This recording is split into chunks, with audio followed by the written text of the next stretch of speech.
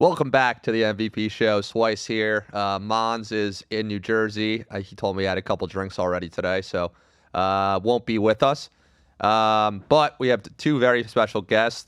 Hudson returning back to the show, strong member of the MVP team. Been going live almost every day. Hudson, how we feeling today? Feeling great, man. Feeling great. How about you?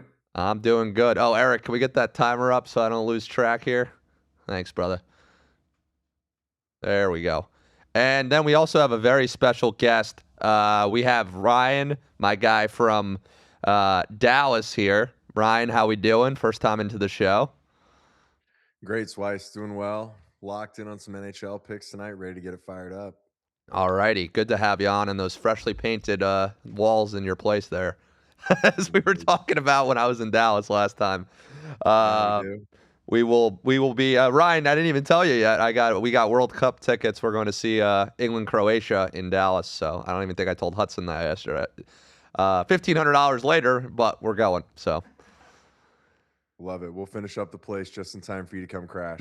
we already got Airbnb for 2 weeks. You guys should rent it out though and make some money off of that. But Ryan, the first half of the show we'll focus on you. Hudson, I know, can talk, you know, hockey and baseball a lot more than me. But let's start, Ryan. What's your betting background experience, and where are you currently posting your plays and branding yourself? I know you've sent me a bunch of screenshots, kind of, your betting summaries there, but tell the audience, who you are. And I know they know you live in Dallas, but that's about it so far. Yeah, thanks. So we've been running with a pod, just me. It's been the Ringer Rundown for about a year.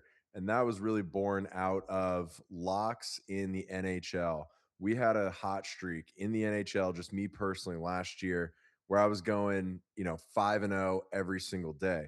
I could not keep it to myself. I was telling anyone who would listen. And that's how the pod got started. Our specialty is hockey, our specialty is deep plus money plays, and we're dropping about 5 plays a day. We're sending them out on Twitter and then all your podcast platforms under the Ringer Rundown. So you can look us up on Twitter, Apple Podcasts, Spotify, anywhere where you get your pods. We're dropping mostly NHL, MLB, NFL. We dabble in college a little bit, but it's mostly NHL is really where we make our money. So right now is like our, crunch time. We're cashing in. We're mostly dropping like money lines, totals, pretty simple stuff. Sides. We'll call out parlay pieces, things like that. During the NFL season, we'll drop a weekly kind of level set or a recap, so that you can get your picks in on Tuesday nights. We're big believers in timing over on our pod, and we're big believers in price discipline. So the only rule we keep is we don't bet lines deeper than minus 130. And after that, everything else is fair game. We try to look for the big plus money, big value plays. Been at it for about a year. We're now starting to get a little bit more sophisticated. We've been dropping pods, since that time, but we're, really bolstering our handicapping. So we're building out tools, we're building out dashboards, and we're slinging picks, baby. I'm happy to be on the show, ready to get rolling. Baseball season obviously is huge for us, and we're going to be one of the only guys dropping picks every single day throughout the entire baseball season. Like I said, hockey's our jam. We like a little UFL action in there. That's a Dallas-based thing. They're headquartered out of Arlington, where the Texas Rangers play, and they actually practice out of all the high schools around Dallas. So we're locked there too. um, yeah, no, I'm just happy to be here, baby, and we'll be slinging picks till the cows come home. Love to hear the background there, Ryan. So I guess let's start with the hockey. You said mostly plus money plays. You won't really take anything, or you won't take anything over minus 130. So what type of plus money plays are you talking here, for hockey specifically? Yeah, so a good example is last night's Flyers Canes game. There's one game on the board, right? How are you going to find value in one single game? The over under is where everyone's been looking through the beginning of the playoffs so far, especially in the Eastern Conference. It's been the unders. The unders have been cashing at an unbelievable clip on the East Coast. Well, last night, the under 5.5 5.5 is about as low as it's going to go in hockey. The under 5.5 was sitting at a minus 145. You're not going to get any value in the under 5.5 minus 145. What if there's an empty netter? So we took the Canes minus the 1.5 plus 160. That ends up cashing for us, and we'll take that. If you take the under 5.5 and it hits for you, it's a little too heavy for us. Tonight, we got the Ducks on the money line minus 110. That's pretty light. And then we've got the over in what's the other game? Who we got here? Hudson should know. Yeah, Yeah, come on, Canadians, Hudson. Sabres. There you. Canadian Sabres. Yes. So we got the over 5.5, and that's sitting at a plus 100 even money. We're trying to cash out. We're trying to eliminate the VIG. Our big thesis is you got to overcome the VIG, and then you got to cash in.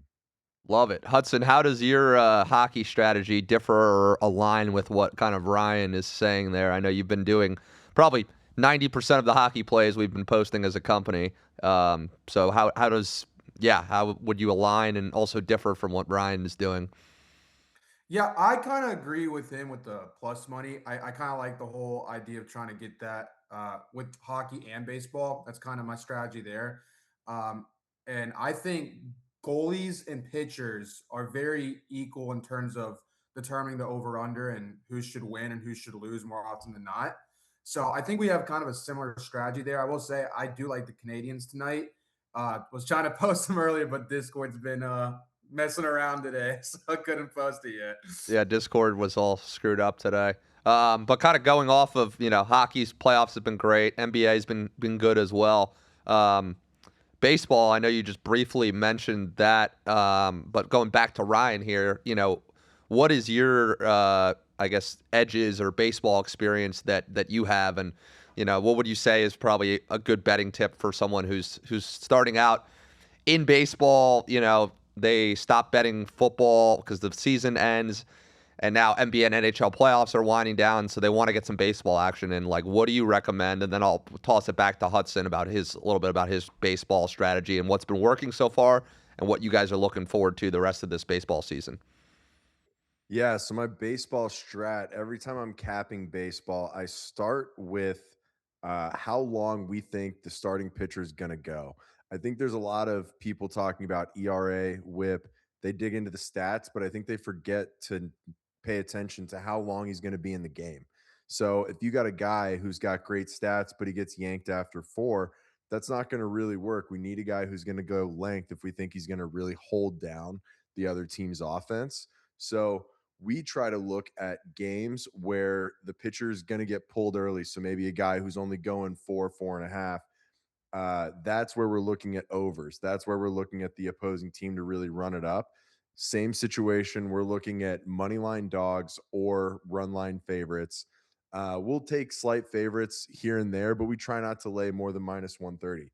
So we really, really like to focus on teams that have hot bats, teams that have what we're calling a contiguous hitting lineup. So we want their 7 guy to be getting on base. We want their 8 guy to be getting on base. We can't have a top heavy hitting lineup.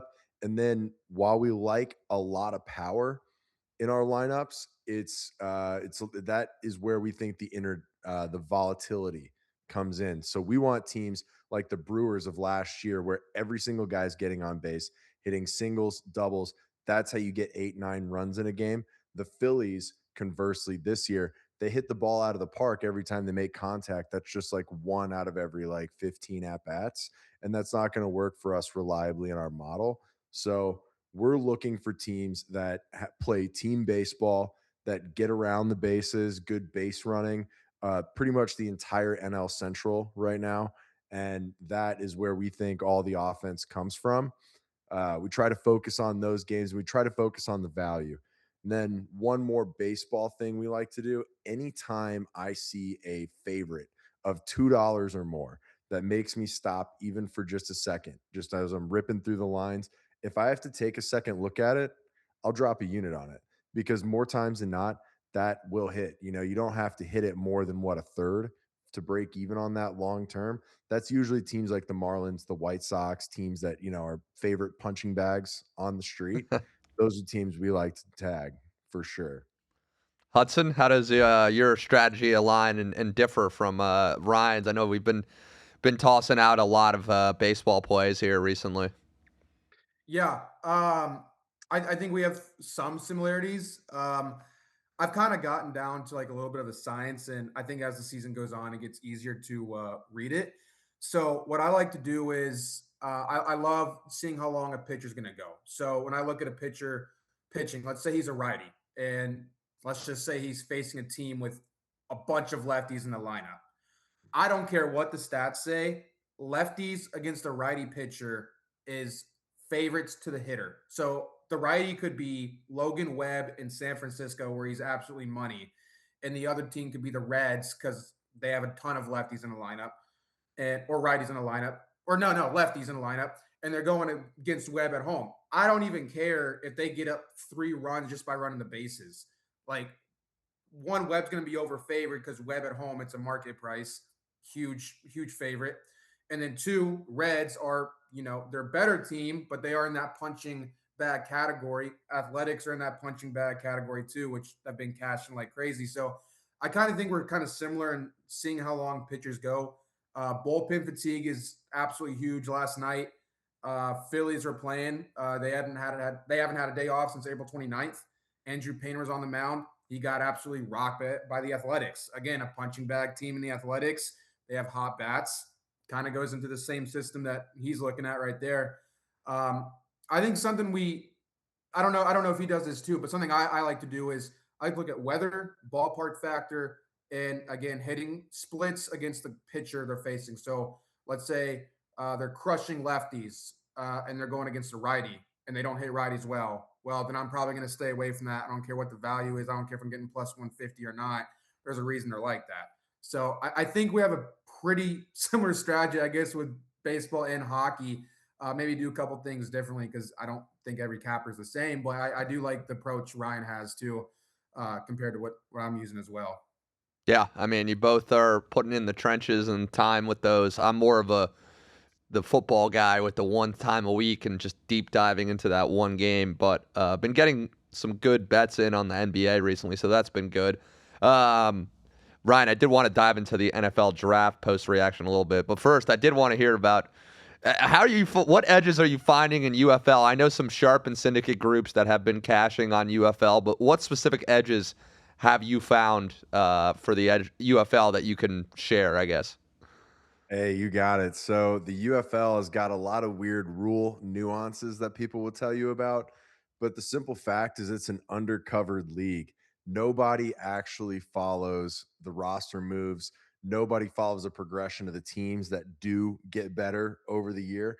There's a lot more players going from the UFL to the NFL. Brandon Aubrey was the first and most obvious. There's a lot more following in his footsteps. And the UFL is really, if nothing else, a player pipeline. So we try to follow those. We watch it closer than the market, and that is how it's done. So the UFL has a huge defensive advantage. There's very little time for a quarterback to build rapport with his receivers, with his running backs. So it's a very individual style game. You're not going to see guys piece together a 12 play, 90-yard drive. It just isn't going to happen. So you've got to watch out for the star factor, the all-star players, and then guys who blow the lid off on the outside. Defensive players that can hit and can stop the run. That is absolutely the end of the line for the other team. So for tonight, we've got one UFL game, and it's the Columbus Aviators against the St. Louis Battlehawks. Uh, the St. Louis Battlehawks are supposed to be one of the big incumbents in the league, and the Columbus Aviators have a nasty defense and an offense that still is kind of coming around. They're 6-point dogs on the road in St. Louis, and we like them on the money line plus 200. Keep an eye on it. It's a game by game, week by week thing. You got to watch 60 minutes of UFL football to get this edge, which is brutal. It's not for everybody, but we think it's going to come home and pay today, plus 200. There we go. Yeah, I mean, I need a break from football, I feel like, but you're edging me on with these, uh, talking about UFL right now and the value you can get in it. Obviously, a sport like that isn't going to be as covered as the NFL or college football, so there's definitely betting edges you can have there, right? Um, Going back to the NFL draft, I know Hudson, we talked about it, but you weren't a huge guy into it. I know Ryan's a big football guy, so I guess the biggest thoughts, and I talked about this last week, not steal of the draft, but I think best fit and best overall talent. And he dropped because he's, of the position he plays. But Ryan, thoughts on the impact Caleb Downs is going to make as a rookie for the I Cowboys? knew that's where you were going. Of I love course. it. Yes. We needed someone to seal up that top end of the defense. You remember last year, I think it was the Giants in like week 3, the game ends like 41-44. They're just blowing the Almost lid lost off. Survivor on that one. So, yes, I remember that game vividly. Oh, painful game. Yeah, but we're blowing the lid off back and forth. We're dead last in the league the last 2 years in yards allowed. We can't have that. We need someone who knows ball because we used to have, a defense that was kind of run from the middle. We had, who was it? Sean Lee. He got hurt, and we need someone to kind of call the shots and someone to seal up our back end. I don't think we've ever really had that true star one-on-one corner. Trevon Diggs had that one ball hawking year. I think it was 2022 when he led the league in interceptions. But Caleb Downs, just to even kind of play that type of a position for us, the first year that he's in there makes all the world of difference. We got Quinnen Williams up front. We got a whole bunch of assets. What about Right up Christian front. Parker, though, Ryan? What's your thoughts on him? 34 coming in there? Dude, I honestly think we could be good. Like, we don't even need them to like save us. We don't need to be a top 10 defense. We just need to be like, not in the 20s. Like, if we can get to the teens, we might go to the Super Bowl. This is Dak Wow. Prescott's the end of his window. We're gonna burn the boats, baby. And Caleb Downs absolutely gives us a chance to do that. We lucked out. Not gonna lie, I'm surprised he was on the board. Yeah, that was. I've been hearing great things about your defensive coordinator. So I mean, when the Cowboys are good, it's good for the league. I think they're gonna have a great year overall. So I'm excited for that. Anything else from the draft, Ryan, that you noticed? I mean, it was not a flashy draft like next year's with the quarterbacks, but again, this year we thought Klubnik and some of the Nussmeier were going to be, top of the class, and that didn't happen. I thought the biggest reach, and I think Hudson, we talked about this last week, was Carnell Tate going number 4. You're telling me he's the same talent level as Marvin Harrison? If he's going 4, that means Jeremiah Smith is worst case going number 2 next year. I don't care if Arch Manning or Dante Moore are coming out. But Ryan, what are your thoughts on the Titans taking Tate at number 4, which I thought was a massive reach by them? I think the Titans got enough problems that, jumping up for talent like that just isn't going to help. I mean, I'm an Ole Miss guy and there's a ton of Titans fans in my phone book and they're kind of all complaining. I mean, you got to have someone for Cam Ward to throw the ball to, but geez, I mean, there were a lot of other places you could have gone with it. That said, having 2 young guys you could build the offense around could really help. I mean, what about the Vikings? What, like 3 years ago when Darnold came in, you had Jettas. You finally had, like, you didn't know yet that the roster was going to fill out. There's room for the Titans to really build something there, but man, they're going to have to do a lot of work. That GM's going to have to be busy. He's going to be making a lot of phone calls. They need a defensive line. They need a secondary. They need an offensive line. Maybe a running back wouldn't hurt. But I mean, I don't know. We'll see. Maybe he knows something that we don't. But this was a weak draft. I think reaching, what are you missing out on I in don't these know. I mean, I contracts think that makes Kansas you City mad? trading up for Delane is going to be a great pick for them. That was a huge need for them. I don't like that Jordan Tyson went number 8. I think that was a somewhat of a reach. I think the teens, like the Ravens getting that guard from Penn State, obviously Caleb Downs, Sonny Styles going 7, Ruben Bain going 15, Sadiq going right after him. Like, this draft was not as top heavy, but Yeah, I mean next year's draft's gonna be sick. So I mean, I think the Chiefs getting Delane was huge, and it looks like Mahomes is coming back earlier than expected there. Um, a lot of picks for your division rival there, Ryan. The Giants taking Reese and the kid Francis. I can't even pronounce his last name. Mauioo, whatever his name is, from Miami. Any concerns with that, or the Eagles taking what's his name, the receiver, Mekhi Lemon, or the Commanders taking Sonny Styles? Any concerns with any of those teams in your division from the draft, or not really? I think the Eagles probably had one of the best drafts in the league, and that makes me real nervous. I don't want to see any part of that. I think they touched on all the big important pieces. I think they got a guard from Georgia. They picked up a wide receiver in Lemon. They picked up a quarterback. I'm trying to remember who, but they really filled in a lot of their needs. And with the Giants, honestly, I'm glad to see Dexter Lawrence get out of this division. Send him to the AFC North. That's where he belongs. It's a pass rushers league.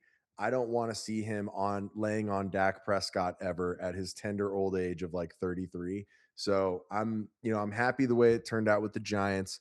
The Eagles scare me. It seems like their front office is fired up and they're paying just as close of attention as we are.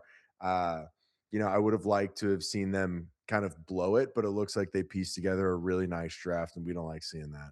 Yeah, well, I'm looking at your Ole Miss wide receiver getting drafted by the Niners here. Yeah, Stribling, Deshaun. dude. I can't even pronounce his first name. Yeah, Stribling, dude. Okay, so they kept saying he doesn't screen well. That guy blows the lid off. I don't care what anyone says. He's fast. He can catch. So His he's gonna tape. work with Shanahan in that system. You're saying? Oh, yeah, and I don't wanna yeah, I'm not a Niners fan, and I've got enough Niners fans in my periphery telling me about how he's gonna score 12 touchdowns next year, and he really can. He can do it any different way. That's a guy you send out in a jet sweep, you can blow the lid off with him. You can throw one of those little banana splits with him. I mean, this guy, yeah, they can get him the ball any different kind of way. They saw the Lane Kiffin tape, and, yeah, Shanahan's got him a tool right there. Awesome. I know. I've got to add in one thing. I Oh, think the here he Niners. goes with the football. Let's see. He's gonna add it. I think the Niners are going to be dangerous this year, dude.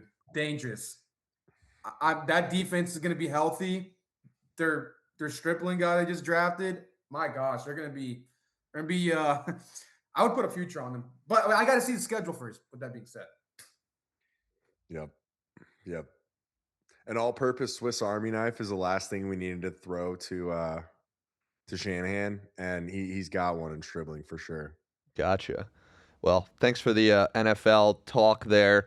Um, I guess it's coming down the pipeline there. You mentioned not being a huge college guy, Ryan, but what are your, I mean, we got the schedule being released next week. I'm pumped to figure out. I'm doing a stadium tour, so I've been to 16 out of the 30. Got 14 to go. Trying to hit everybody before I get to 35. I've been to Dallas, but I'm going to a game this year for sure, since I'll be down there for like 6 weeks to start the season. So excited to be around real football fans. But what tricks do you got, or tips, I guess, top three maybe for new bettors, and maybe, 1 to 2 for more experienced bettors? What are your tips with NFL quickly approaching and with the schedule coming out? Over under win totals will be available. Division winners, all that shit. Yeah, so college tips I got. We're talking college tips, right? No, I was saying the pros because you said you were more into that. Well, yeah, okay. NFL picks. The biggest thing with the NFL is that you cannot be afraid of the underdog spread. So most guys, when they start out, they'll look at a game and say, "Oh, this team should win," and they're favored by 3.5. Let me go ahead and lay it. It could pan out my way. You cannot be scared of the hook, and you cannot be scared to take the points. NFL spreads, in my opinion, I look at each point as highly, highly valuable. So a 7 point game, you need to think that they're going to win by 14. There's a lot of garbage time covers in the NFL because these guys are playing the long game, really. Um, you're not really capping the offense, you're capping the defense's affinity to give up the points. So more than anything, I think I look at underdogs. money line underdogs, and favorites I'm real careful with. So for me to really like a favorite, it's got to be -1.5 or something like that. I will take favorites for sure, but then it almost always ends up being like a -6.5 type situation. And that's when you're beating them to the punch. So that's why I drop a Tuesday night preview episode every week for the NFL so that my listeners can tune in and find out, hey, here's where the value's at. So Wednesday morning, they're tagging that 6.5 line before it gets out to 7 on Saturday. Gotcha. No, I love it. I'm getting excited for NFL. Just thinking about. I mean, I just saw the schedule releases get a drop next Thursday, so I'm excited about that. I think for me, with the NFL, I mean, the audience knows kind of my bread and butter, but I got the interns kind of looking up niche markets and things like underdog money line with the under parlayed profitability, shit like that. For college football, the main thing that I'll do, Ryan, is really focus on a lot of totals there, especially in some of those like smaller college games. Not smaller college, but not like the Big Five, the Power Five conferences. So that's interesting there. Only got a few more minutes left, Ryan, but would love to hear. Maybe it's a recent one, maybe it's one from a while ago. But what's the craziest bet you've ever hit or missed on by like one leg or by like a crazy ending? Not really. It doesn't have to be a parlay. It could be a bet you like lost on, and you're still pissed about it to this day. Yo, honestly, I was so glad when I saw this coming. This was last Sunday. This is a sicko only type of line. I was watching the Minnesota Wild and the Colorado Avalanche game one of the second round Sunday night. This game kicks off, I think, at like 8:30 or 9 p.m. Central. So, and it's a gem. It's 5-5 in between the second and the third period. And I'm scrolling through live lines as one does. And I see the alternate over 14 and a half plus 787. We're 2 periods into this thing, 10 goals, 5 goals a period. And so me, numbers guy, goes, hey, maybe there's 5 goals in the third period. If it does, I'm nearly getting 8-1. Let me sprinkle a pizza on it. Boom. Smashed it. And that thing cashed, baby.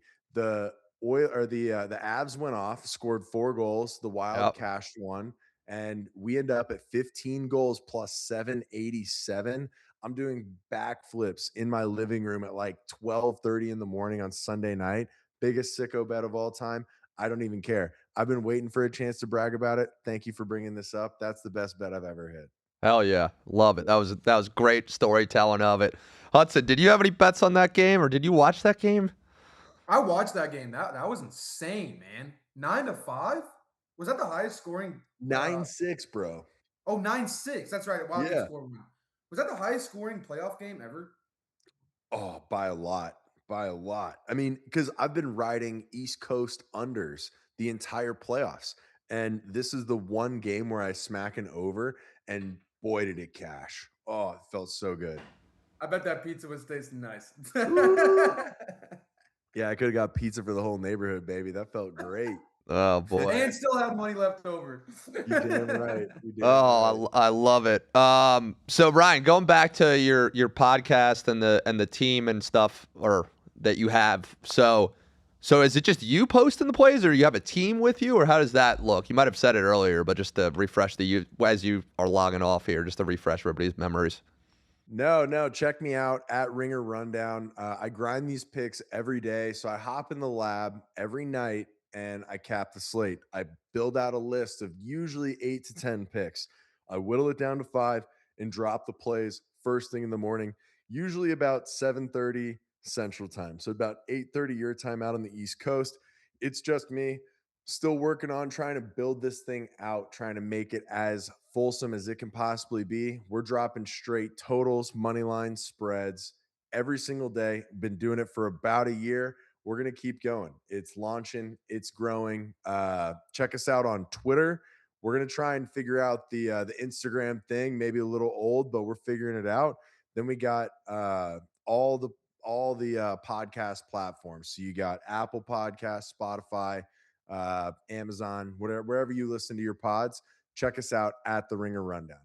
Ryan, it's been a pleasure, brother. Thanks for coming on the show. Glad we could make this happen. And we're here at Make Vegas Pay as a resource for you as you look to grow. We'll talk offline about that kind of stuff. So good having you on, man. Excited to be back in Dallas on June 4th to the 18th. So I'll be there for 2 weeks. So I'm sure we'll kick it and watch some Stanley Cup and NBA and just MLB and World Cup. So a lot of sports. It's nonstop this year. So good having you on, brother. Thank you so much.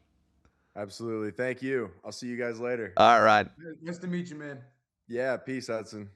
Hudson. So me and you, brother. Let's get it. Let's get it. Let's get it. Another good guest. Ryan's the man. Good Dallas guy. Both of you in Central Time. I'll be talking Central Time a lot. We had a major hiccup today with Discord going down, so I don't know what the hell that was about, but is it back, Hudson? Let me check. I haven't checked. Last time I checked, I got was some like an check hour marks. ago. Let me see here. I tried sending something before I got on here and it didn't work. Let me see if I can retry this. Also, No, I just also, retried it. guys, this is part 2 of the m.v.p. show. We're going to be doing this moving forward. So the first half's going to be a guest. This is part 2 of the show, which is going to be me, Mons. Try to get Hudson on as much as we can. Want to get N-Dub on. He's West Coast. But again, part 2 of the show starting now. Looks like our Discord is good, Hudson. I just tried resending and it didn't work. Here, let me try again. Yeah, this is important. All right, I tagged you.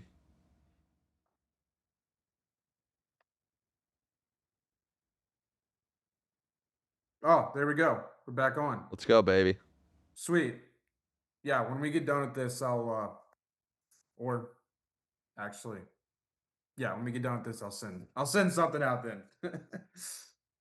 I think they understood that it was crashing a little bit. Yeah, someone in there said that. I'm not gonna read it just in case, but someone understood what was going on. Yeah. All right, cool. Well, did want to talk about some just kind of news and stuff, get a little more, keep this show personal. And Hudson, a lot last week was about your betting background and stuff, but what are your thoughts on this whole Aaron Rodgers situation and him holding the Steelers hostage? He's apparently going to meet with them this weekend and sign his deal. I don't like what the Steelers are doing. Look, like, you need to start fresh with quarterback. You got a new coach. You're bringing the new coach with your old quarterback from Green Bay. I mean, I'm a Packers guy. They won a Super Bowl. Great. But Aaron Rodgers is 42, turning 43. I am not a fan of this move. The Steelers bringing him back. They're going to have to pay him more money. They're probably going to make the playoffs or miss it and lose in the first, wild card weekend again. So it's going to be the same shit. And then they have no contingency plan for quarterback for next year unless they trade up in the draft. Hudson, what are your thoughts on Rodgers holding them hostage? This deal will probably get done this weekend. So what are your thoughts on the Steelers' trajectory with Rodgers? Yeah, I don't mind if he comes back. I understand. No, I like watching him, bro. That's not the problem with it. Well, yeah, I don't think that's the issue. I think the issue is what you were saying. It's like holding him hostage. Like, what if he says no this week? Like, what are you gonna do? Again, you didn't get anybody in the draft. You have no contingency plan, as you were saying. You might have to go find someone from the UFL, like Ryan was talking about on part 1 of this episode. Um, so I don't know. I mean, there's always a chance he says no. I do think he's going to end up coming back just because of JJ McCarthy, or not JJ, Mike McCarthy. I don't know. I think I was thinking of someone from the Viking. I don't know what I was thinking of. But point being, I do think he comes back for at least a year. I don't know how good that defense is going to do though, because under Mike Tomlin, their defense was always good. Last year, it took a step back. But Aaron Rodgers started getting better as the season went on. So what if that defense takes a step back for the entire year? You can't rely on Rodgers like they did with the Packers. I mean, I don't know. I think they're a mess right now. I think the Steelers are definitely in an interesting boat, whether Rodgers comes back or not. But definitely in a worse boat if Rodgers doesn't come back. Gotcha. We'll ping back and forth between different sports. But yeah, that'll be an interesting situation. Also, very excited for the schedule release. Hudson, hopefully we can. Plan would be to go to one of these games with you. I kind of want to wait for Tennessee to get their new stadium before. I don't need to go to the Nissan way it's currently constructed, to be honest with you. I But was just gonna say, definitely wait for that. yeah, but want to go back and let you talk a little bit about NBA because you hit your play of the day yesterday, right? Thunder minus 15. Yeah, got to play the day. 15.5. It was a close one. Definitely a close one. But Well, I just took a future on the Knicks to win the East. I got it at plus 110 before game 2. Now it's like minus 120, minus 130. Want to get your thoughts on that first, and then I'll ask the second question here. yeah, I actually like that a lot. I do think it's going to end up being the Knicks and the Pistons. Both are up 2-0 as we talk about this. I do think it'll end up being the Knicks and the Pistons, which will be a rematch from last year's round one. That was insane. And I do think the Knicks, if they stay healthy, I think they get to the finals. I like that a lot. I think it's a good value play. And the line already moved in your favor. So looking good so far. Yeah, definitely there. And then in the West, I mean, it seems like the Thunder are going to come out. I watched the game last night, Lakers first half, and then they just get dominated. The Thunder are so deep. I don't know how they traded for McCain or whatever his name is. They're just nasty as a team. But Hudson, what are your thoughts on this team and like becoming kind of a villain team with their fouling and all of this stuff with SGA as the free throw merchant and then them fouling, the Lakers having what are your thoughts on the Thunder right now? And yes, they're the odds on, and they should be, and they probably will win the finals if they make it there. I mean, I don't see the East having any legitimate shot against them, but want to know your thoughts. You've been more deeper into the NBA than me. Yeah, so first of all, SGA is not the first foul baiter we've seen. We obviously saw that with Harden. Pretty sure he eclipsed 10,000 free throws in the last game or the second last game of the regular season in his career, which is insane. And I guess SGA is on that same track. But with that being said, as deep as the Thunder are, I do think the Spurs can give him some fits. I mean, we saw in the regular season, obviously regular season and postseason is different, but regular season Spurs beat him 3 times. Now, again, like I said, regular season is different than postseason, but the Spurs have the team to beat them. I think the Spurs have more shooting than the Thunder. There was a lot of time in that game last night or in game 2 when I saw the Thunder missing threes that were wide open. Now, granted, they don't have the other Jalen Williams in there, the guard version of the small forward, but I don't know if this team, if they go cold against a team like the Spurs, if they can make up for it. I mean, obviously they have the depth for it, but if they go cold against the Spurs in a game 7 and the Spurs are on fire, then we could see a Spurs Knicks finals, which would be even better. But I don't disagree that if the Thunder get out of the West, we're not going to have a good finals like we did last year with the Pacers, because the remaining teams in the postseason over on the East side, in my opinion, do not match up well at all. Hold on, the Pacers won 7 games last year with them. Yeah, the Pacers matched up well with the Thunder. I thought. So you don't think the Knicks or the Pistons match up decently well with the Thunder? I think they can hold their own on defense, but when it comes to offense, I don't know how they're going to score that well, because especially the Pistons, outside of Kate Cunningham, all right, Tobias Harris might try and score, but Chet Holmgren's going to be all over him, and that Chet Holmgren's long, lengthy. Same thing if the Pistons play the Spurs. More than likely, Wemby's going to be on Tobias Harris. So how does Harris get by Wemby? So I don't know. I don't love the matchups for the Knicks and the Pistons here against the Thunder more so than the Spurs. But I don't know. It's gonna be interesting finals for sure. Yeah, I mean, I hope my Knicks bet hits. I think it will, even though I don't like the Knicks. Speaking of another NBA team, Hudson, that was eliminated since we last spoke last week, I believe. Yeah, it was after that. I guess 2 teams we'll talk about. The one that eliminated them, and then we'll talk about the one that was eliminated. The Boston Celtics. With the threes, man, they've got to – Missoula's got to coach them differently. They had 3 starters that didn't score in Game 7. I mean, unbelievable. I don't think it's the talent that they have. I mean, yes, they lost some of their, Horford and a couple other guys, but what do you think, Hudson, about this Celtics team? What do they need to do? Because I firmly believe they should have came out of the East easily, and they just blew it in the first round, up 3-1. Yeah, they're so volatile. I mean, they literally live and die by the three, which is the equivalent of living by the passing game if you're a football fan, or living by the home run if you're a baseball guy. So they're just too volatile. In my opinion, they got to have consistent scoring outside of just jacking up threes. And obviously, having Tatum out in Game 7, is a part of the reason why they're not in the playoffs anymore. But it's not the main issue. The main issue is they take way too many threes, and you just can't. Obviously, if you're hitting them, it's a different story. They're playing the Knicks right now, and who knows what type of series that is. But again, it's too volatile. It's too up and down, and you don't want that with any team, especially when the team is as talented as the Celtics are. Yeah, definitely.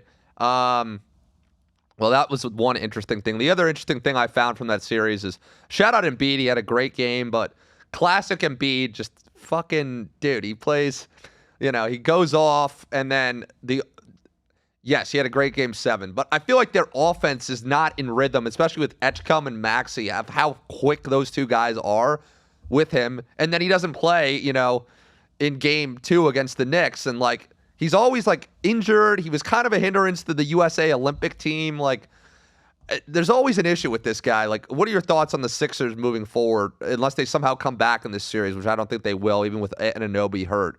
But I mean, what are your thoughts on the Sixers and what they need to do? Like, just give up on Embiid and move forward with Maxey and Ekstrom and old Paul George, or what do you think? Yeah, I know we're in a little bit of a private group text together, and I was saying in there the other day, and I'll say it on here too. I think they need to trade Embiid. I think they need to go all in on speed. Think like Thunder, think Spurs, think these young teams that are built with speed and athleticism. I think the Sixers have a perfect opportunity to do that here. There's plenty of teams out there that probably want Embiid, even though he's been injured all the time. I mean, going back to the injuries with Embiid, in game 2, or was it game? I can't remember. He was listed with a hip injury. I know in game 7, he hurt his knee. So you got a knee injury, hip injury, ankle injury popped up for game 2, appendectomy. You got 4 different injuries in the span of a week, less than a week, if that. So, yeah, I think the Sixers need to move on from Embiid. Trade him. He's got excellent trade value. Go get someone fast. Go get someone big and athletic, and build a team around Maxey. I mean, George obviously still has some legs in him, so let George stay around. Keep Oubre. I love Kelly Oubre, one of my favorite players for a while now. Very underrated role player. I think they have a perfect opportunity to build this team into a athletic, fast-paced team, because when Embiid's in there, they're not playing fast. You saw the Knicks in game 1. They're pushing the pace on Embiid or on the Sixers because they don't want Embiid getting back, getting set up in the half court. Embiid in the half court is absolutely lethal, but, that's taken away from what the Sixers could do, and that's run the floor. I mean, they looked way better in game 2 against the Knicks than they did in game 1. So, yeah, I think the Sixers need to move on from Embiid. Just too many injuries and a lot of trade value. Yeah, I mean, he's 32, but he feels like an old 32. You got Right. Maxey, who's 25, right in his prime, fast as shit. Paul George is 36. I still think he can play a couple more years as like a role player for this team. VJ Escom has really impressed me. I mean, Yeah, I forgot to name him. I totally forgot about he's. I mean, he's he's got a averaging huge six, ceiling. He's a rookie. he averaged 16 points. He's perfect for that team. So interested to see what they do in the offseason. But as long as they have Embiid, I think they're. I mean, Oubre is a solid, role player as well. More of a veteran there. So we'll see Right. regarding that. So yeah, NBA is going to be interesting. Anything, Hudson, you're looking forward to for the rest of these hockey playoffs? Is the Avalanche just going to fucking roll away with it, or what are you thinking here for the rest of these hockey playoffs? Man, I think Avalanche and Hurricanes. I think I said that on the last podcast. I would love to see that in the NHL Finals. You got a Avalanche team that can score at will against one of the better defensive teams in the league, and the Hurricanes. Hurricanes do have a slight issue though with goaltending, but they haven't. It hasn't creeped up here in the playoffs. Obviously, they're 7-0, but I mean, I think it could creep up against the Avalanche. So I would love to see the Avalanche and the Hurricanes, man. I would, and you know what they say: defense wins championships, and the Hurricanes got a better defense, in my opinion. So I would love to see that and see how that pans out. That would be an incredible uh, Stanley Cup final, in my opinion. Yeah, hockey playoffs is exciting. I mean, NBA is just a lot more scoring for me, so I like it. But getting ready for the World Cup here next month, dealing with all these Discord spammers is the fun of running a handicapping company, right, Hudson? Right? Yeah, that's what you sign up for when you become a handicapper and start a channel. Right? Is a bunch of spammers and uh, bots in there. Yeah, I mean, Hudson, you're on the lives, every day. What are the people talking about? What are the trending things that are, people really want to know that we can discuss on this pod? Like, what are people talking about? Yeah, people are always asking me about who I think wins the NBA Finals, who I think comes out of the West, who I think is better. I know we've touched on that a little bit. Um, they're asking me about what the Knicks can do, what the Pistons can do. So they're kind of just talking about futures with me. I'm sure once the NFL schedule comes out, I'll have a day or two where people are just asking about what futures I got in NFL. So I'm very much looking forward to that schedule release. I'm very much looking forward to it, to say the least. But yeah, I mean, I know we touched on it earlier. I think the Thunder get out of the West. I wouldn't be surprised the Spurs do, but I'm going to say right now, uh, Thunder Knicks. I'm gonna go with your Knicks there. I like that ticket you got. Yeah, Knicks is a sharp play. Um, I was looking at so speaking of college football, somebody just sent me November 7th. Hell of a games there. I know I'm ready to lock in these What we dates. got? We got on November 7th. Well, first off, in September, we have a lot of great games as well, and October, obviously. Oh, the whole college football season. College football, now that there's NIL and these guys are staying and there's these big names and brands, is phenomenal to me. I used to not be a fan, but now I love it, especially for these big matchups. So, November 7th, we have Miami, Notre Dame, Oregon, Ohio State, Alabama, LSU, Georgia, Ole Miss, BYU, Utah, Oklahoma, Florida, Penn State, Washington, Virginia Tech, SMU, and Texas, Missouri. Oh my God! Yeah. Wow, what a slate! Yes, sir. Alabama, LSU, Miami, Notre Dame rematch. I'm surprised they did that later in the season. That was like first week last year. I feel like November 7th is a good time. But what are your thoughts on, I know it's early, but Texas, Ohio State, Arch Manning kind of shit the bed last year in that game. Um, Last year was in, Columbus. This year it's going to be in Texas. I think Texas wins this game. I don't know what the spread's going to be, but I think Arch, after, really looking solid towards the end of last season, he knows this Ohio State team now. He's ready. Like, what do you think? This is going to be a great game. Well, yeah, I didn't know if you had the line, so I was pulling it up as you were asking me that. It's actually 1.5 right this second. Um, I don't know too much about Ohio State. I gotta fully admit that, but I know Texas is going to be absolutely insane this year. I do think Arch Manning in his second year will be a little bit better than he was last year, if not light years better.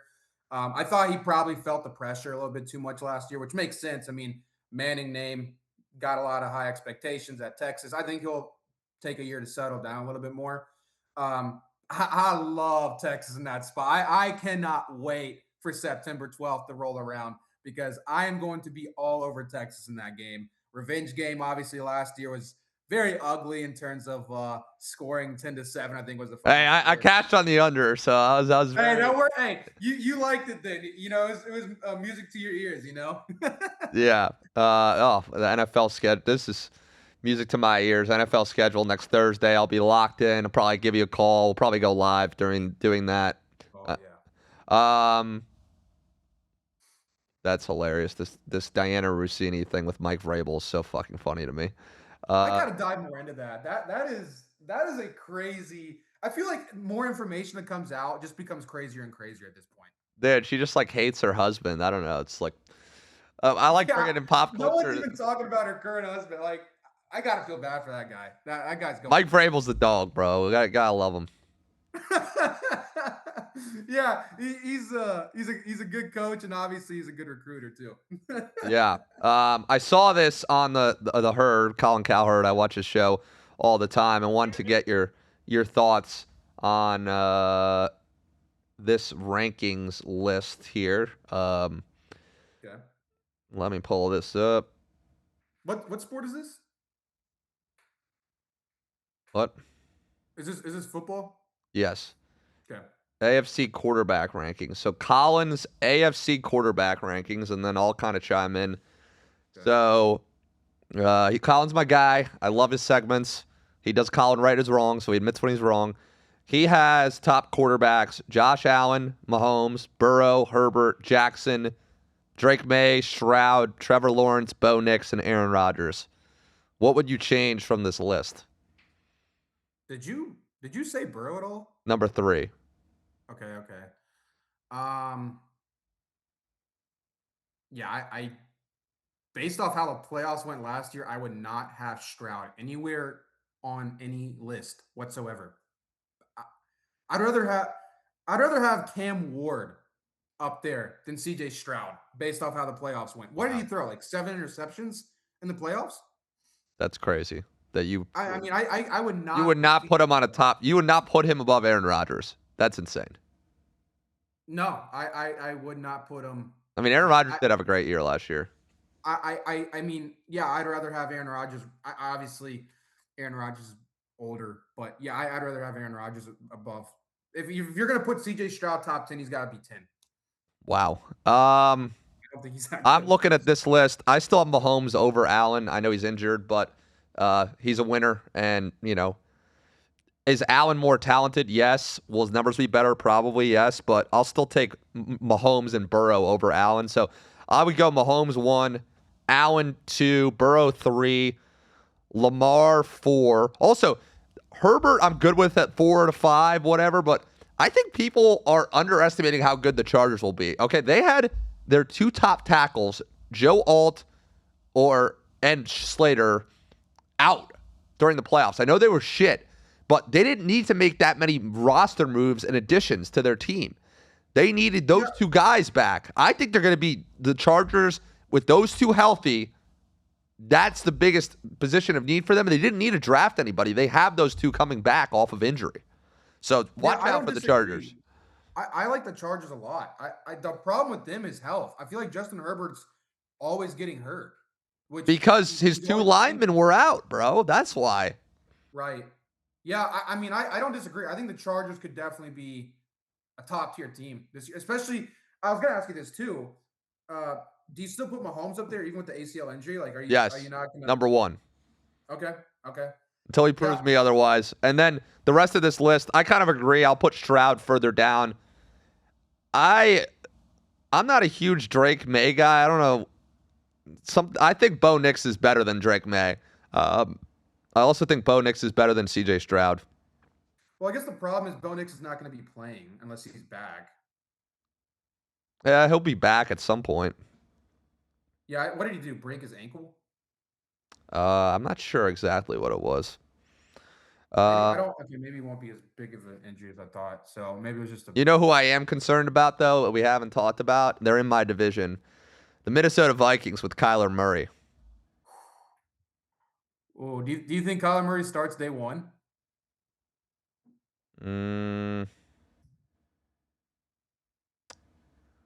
Yeah, definitely. I think it's going to go based off how the preseason goes. That's what I think. Well, that's interesting. There's still some free agents out there, Hudson.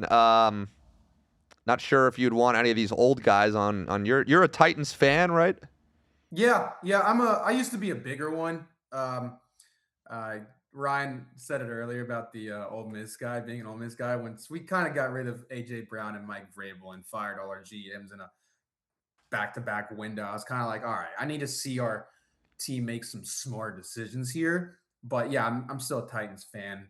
I guess no matter what. New stadium, Robert Saleh, Dayball, they're building, I think. But it what's it called? There's definitely some still free agents out there. Bobby Wagner, old Bobby Wagner, still out there. Von Miller, Joey Bosa is still a free agent. And then Really? the biggest one that's still out there for receivers, Tyreek Hill and Stephon Diggs. I think Tyreek should go back to the Chiefs. I think they can control him. He doesn't need to be the one with Rashee Rice there. Chiefs, they're in content. I mean, they just drafted a great corner. I don't know. I think Tyreek should go back there. I think Diggs, not anymore to go back to the Bills, but I think Diggs should go. I don't know, a team like Detroit maybe go get Diggs. But what do you think? Where should Tyreek go? Oh, I know you being a Packer guy. I don't think you would like Diggs on the Lions. Tyreek. I wonder if the reason Tyreek hasn't been picked up yet is if they're concerned about him not being as explosive as he used to be, because that was a pretty gruesome injury he had. Um, so maybe there's some concern about that. I wouldn't mind to see him back on the Chiefs, especially with Justin Fields. I think Justin Fields will actually do better than uh, he's done in his career up to this point, being with Andy Reid and that offense. Spagnola's still the offensive coordinator, right? Defensive. Oh, defense coordinator. My bad.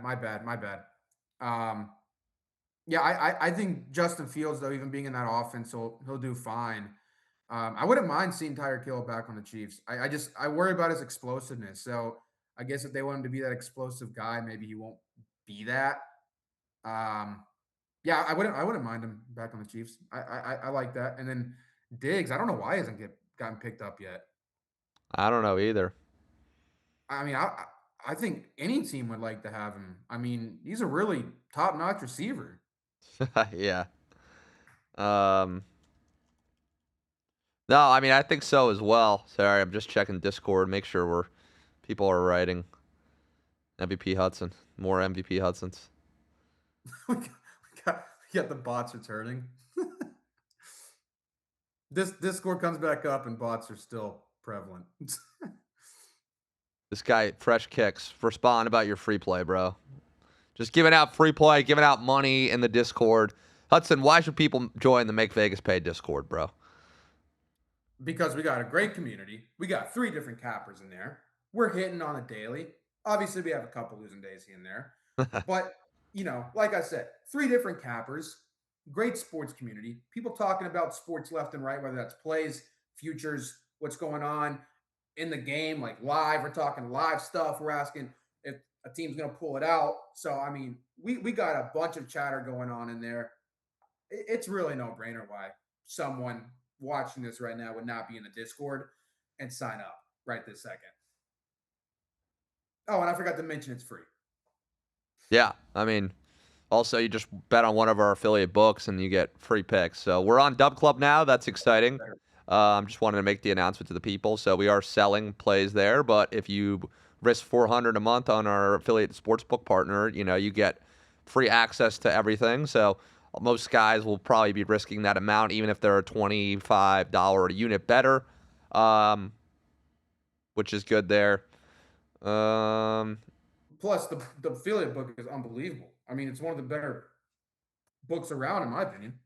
Oh, yeah. For an offshore, it's great. It's unbelievable. You got great people. You build relationships. That's another thing I forgot to mention. That's another reason why people should be in the Discord. I mean, you're building relationships with everybody in there. I know. We got guys that are.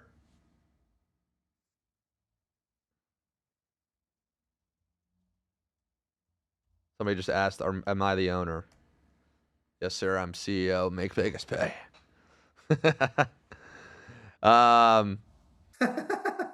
Yeah, I gotta love the stuff with the Discord here. Hopefully this helps me. Been on a losing streak. Actually, I'm about to go in there and I think my playoffs trying to drop soon. I'm about to drop that real quick.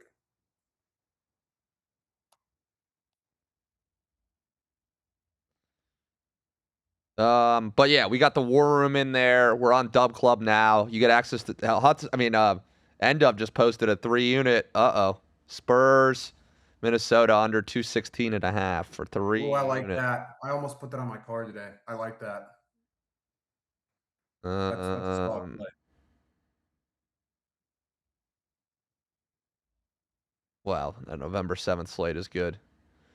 Uh, Yeah, you got me excited for November. We're only May. I mean, we got Hey, like you will, when we have the NFL schedule release episode, I need you to be on that.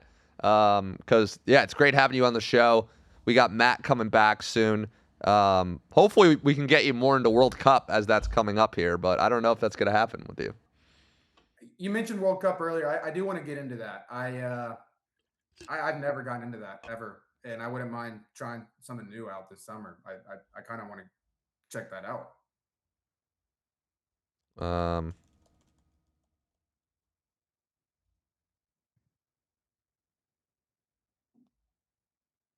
yeah, I'm asking this guy if he was in the war room there. But all right, Hudson, we're wrapping up the show here. What do you, I guess, final thoughts for so we can make this a hopefully winning clip. Final thoughts for NBA and NHL playoffs this weekend. I guess any comebacks in any of these series that you like. What do you think? I got the Knicks. I said it. Knicks to win the East. I hate the Knicks, but Knicks to win the East. Got it at plus 110. Too late to tail now. Yeah, definitely too late to tell. Plus 110 is definitely a lot more valuable than minus 120. I guess I'll just rip off who I think wins each series. I don't think we get a comeback in the Lakers Thunder series. I just think the Lakers are not deep enough to overcome the Thunder's depth. So I'm gonna say Thunder either get a sweep or a gentleman's sweep. Spurs Timberwolves. That's tonight's game 3. As we're doing this podcast, that's going to be a very interesting game, in my opinion, because the Spurs won by 40.